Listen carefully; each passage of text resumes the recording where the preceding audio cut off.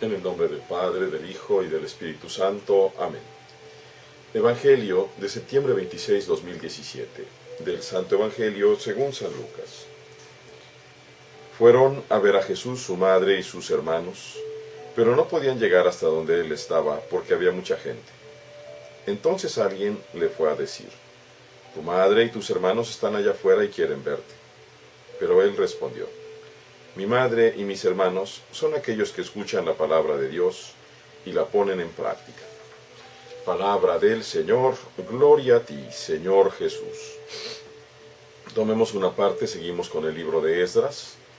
El rey Darío escribió a los jefes: dejen que el gobernador y los judíos reconstruyan el templo de Dios en su antiguo sitio, con los impuestos destinados al rey. Pagarán puntualmente los gastos para que no se interrumpa el trabajo.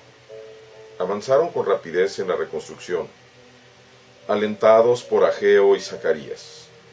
El templo se terminó el día 3 de marzo, el templo se terminó el día 3 de marzo del año sexto del reinado del rey Darío. Los sacerdotes, levitas y todos celebraron con júbilo la dedicación del templo de Dios. Celebraron la Pascua el día 14 del primer mes. Los sacerdotes y los levitas se habían preparado y estaban puros. Muy bien, hoy tenemos precisamente en acto esto que nos recuerda el Señor. San Lucas toma en un contexto particular este pequeño trozo del Evangelio. Otro de los evangelistas pone el antecedente de que Jesús y sus discípulos trabajaban tanto que no tenían tiempo ni de comer, y la gente comenzó a decir que se habían vuelto locos. En esa situación, en esa murmuración de la gente, nos podemos imaginar hoy en día como muchas personas que trabajan de más, a veces, desafortunadamente, no cuidan su persona y no comen a tiempo. Pero hace 2000 años, una acción así verdaderamente parecería una locura. Por eso se vuelve una murmuración. Y es esto más bien lo que a mi entender hace o provoca que la Virgen, junto con los parientes de Jesús, vayan a buscarlo. San Lucas lo deja así tal cual, simplemente fueron su madre y sus hermanos. Así lo dice tal cual nuestro Evangelio en griego. Y todavía vuelve a decir, alguien le fue a decir, tu madre y tus hermanos están allá afuera y quieren verte, no se podían acercar. Cada vez que leo este Evangelio es necesario que yo explique por qué estas palabras. Porque a ustedes, queridos hermanos protestantes que me oyen, que me hacen el favor de oírme, a algunos de ustedes les gusta tomar esto para afirmar que la Virgen no era tal. Y están muy equivocados. Primero porque no conocen el idioma. Ciertamente en griego se utiliza la palabra adelphoi, adelphi, en plural, los hermanos. Pero recordemos que el Evangelio viene del arameo. Y el arameo, que está muy cercano al hebreo, usa una palabra para decir hermano, que se llama aj. Y la palabra que se utiliza para decir tío es aj. Y la palabra que usa para decir primo, en aquel entonces, es aj. Y la palabra que usa para decir pariente es aj. Y la palabra que usa para decir israelita es aj. Entonces podemos entender perfectamente que con eso no, con decir aj o adelphoi, no quiere decir que son los hermanos carnales de Jesús, de ninguna manera, ni que tampoco sean los hijos de la Virgen. Simplemente son los parientes. Y eso hay que entenderlo. Con respecto a la Virgen hay mucho más que decir. Me voy a quedar nada más en esto. Pareciera que también Jesús responde muy duramente contra la Virgen cuando no se entienden las palabras del Señor.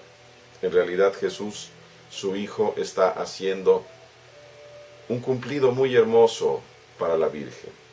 Mi madre y mis hermanos escuchan la palabra y la ponen en práctica. De hecho, Él está en medio de nosotros gracias a que la Virgen escuchó la palabra de Dios, y aún a costa de lo que parecía su vida y de lo que fue más que su vida, porque ese hágase en mí según tus palabras implicó verdaderamente que fuera atravesada su alma con una espada en la cruz. Y no solamente ahí, sino muchos momentos muy dolorosos de la Virgen. Y ella jamás claudicó, jamás se echó para atrás. Aprendamos nosotros, hermanos, si realmente estamos escuchando la palabra del Señor. ¿Qué es la palabra del Señor y cómo se lleva a su culmen?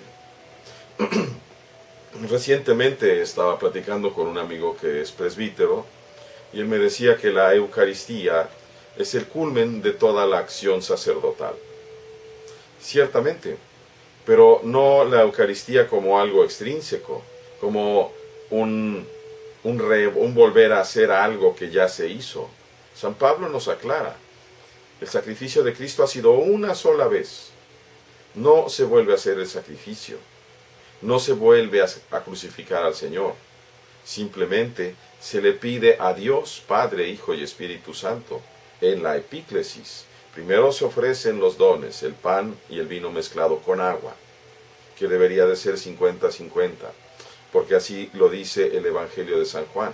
De su costado salió sangre y agua.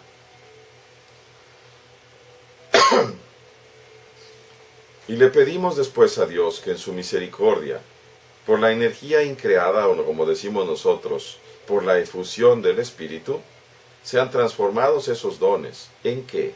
Nosotros decimos en el cuerpo y la sangre de Cristo, pero en realidad deberíamos de recordar que deberíamos de decir en el cuerpo y la sangre de aquel que ha colgado por nosotros en la cruz, en el mismo cuerpo y la misma sangre del único Dios que ya se ofreció. Y entonces, ¿qué falta? Falta que nosotros vayamos completando lo que le falta a la pasión de Cristo, como dice San Pablo.